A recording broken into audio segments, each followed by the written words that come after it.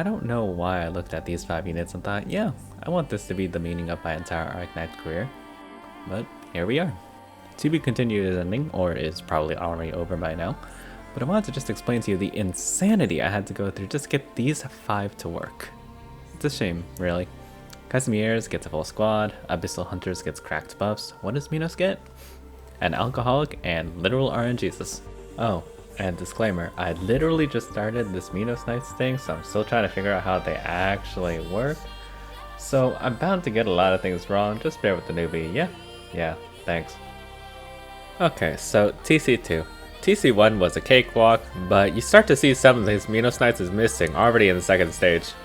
This stage uses Invitation to Wine enemies, which you might recall, after they die, they turn into trinkets, and those trinkets needs X hits to be broken, and you can't do more than 1 at a time, so the trick is to use fast-hitting operators like Exusii.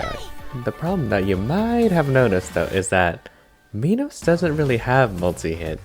Yeah, there's Palace with skill 1 and skill 3, but she's the only one. Vulcan hits multi-target, but they have to be on Vulcan square and they move too quick, so she doesn't really help. Arado gets faster attack speed on skill 2, but she still hits at the speed of a Besieger, so that doesn't really work. And Conviction skill 2? No. Just no. The stage itself wasn't too difficult though. The only trick I really had to do was have Conviction and Palace face inwards, so the actual units are defeated farther from the blue box, meaning the trinkets have to go a longer distance, meaning I have just a bit more time to actually deal with them. After that, TC3 and TC4 were no problems whatsoever. TC5 took me for a bit of a ride. I don't know why I had so much trouble with it. It's just, let me just group everyone up, but have Conviction deal with the raids. So simple. So why did this take me 3 hours? What am I doing? Do I even know how to Arknights? What is this? But yeah, I eventually got it done, and on to TC6 I go. This stage was a bit annoying. Everything on the left side was pretty fine, even the casters, but the main issue comes on the right side with the 3 big boatmen. These guys need 3 block to be stopped, but Vulcan is the only Minos Knight with 3 block, which means Vulcan is the only one who can stop them, but Vulcan doesn't have enough damage on her own to deal with them, so I need someone else to help her out. Now, with this setup, I had Siroka, Palace, and Arado in the middle already, so Conviction was the only one I hadn't put down yet, because there really wasn't space for Conviction. But because these boatmen like to curve around the corner instead of taking it straight like every other enemy, they end up pushing themselves into the geometry just a bit, and that tiny bit is just enough for Conviction to reach them. And although Conviction doesn't actually have enough damage, there's not much a God crit can't fix. Yeah, after that it's just stalling with roadblocks until Arado can finish out the last boat guy. That's it. Stage 7 also had its own unique problem, but unlike Stage 6 that required some kind of fancy game knowledge, all I had to do was just bait out the drones and shoot at the drone guys with Arado. That's it. That's all. Nothing special. Stage 8, however, that's where all the problems are. Just for context, the other stages took me like a day and a half total to do. This stage took 3 days. And those 3 days were going to bed at 5 AM because I was doing the stage. Wake up at like 1 PM or something, and the first thing I do when I wake up is go to the stage. All day, all night, the whole day. I think anyone on the official Arknights Discord who watched me do this insanity could attest for how long it took. I hate this stage. What is this? The stage starts off with a bunch of enemies already on the field, and that isn't a problem on its own, but it just tells me, hey, you gotta commit to what you do, because anyone I put first is kinda stuck not moving unless their name is Conviction. So yeah, Palace is stuck there. There's a lot of things that go on, but there is one main issue. Just remember that across this whole stage, the drones are the worst part. No one on this team can hit drones except Arado. And Conviction skill 2.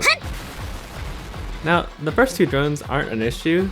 Arado just has to juggle them and all the other units, and by juggle I mean kill everyone else first, because the drones have like 0 weight.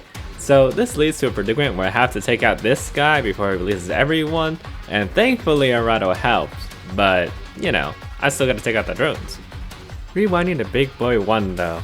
This guy actually caused me a lot of problems. See, Sideroka doesn't have enough damage on her own to actually take him out, so she really does need Arado help, and on top of that, the two of them barely don't make it. So I have to time the stun just before his attack animation, so one attack comes just a bit later, and we have just enough time to take him out. Of course, that's only the most interesting part of it. There are about 6 things going on in my head right now. The first thing is count Arado shots. 1, 2, 3, 4. Alright, Arado skill. Alright, and then I put down Vulcan because, you know, gotta put down Vulcan.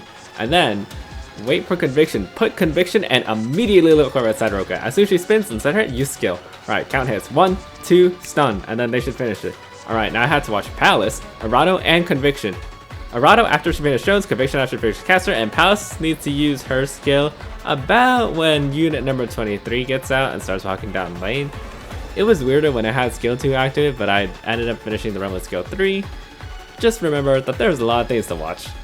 After that, there's a bit of waiting, but conviction has to go to the other side of the map to take out the other caster, because conviction is basically the fast redeploy of Minos. It's kind of weird saying that, but you know, when you only have 5 units, there's quite a bit of doubling up.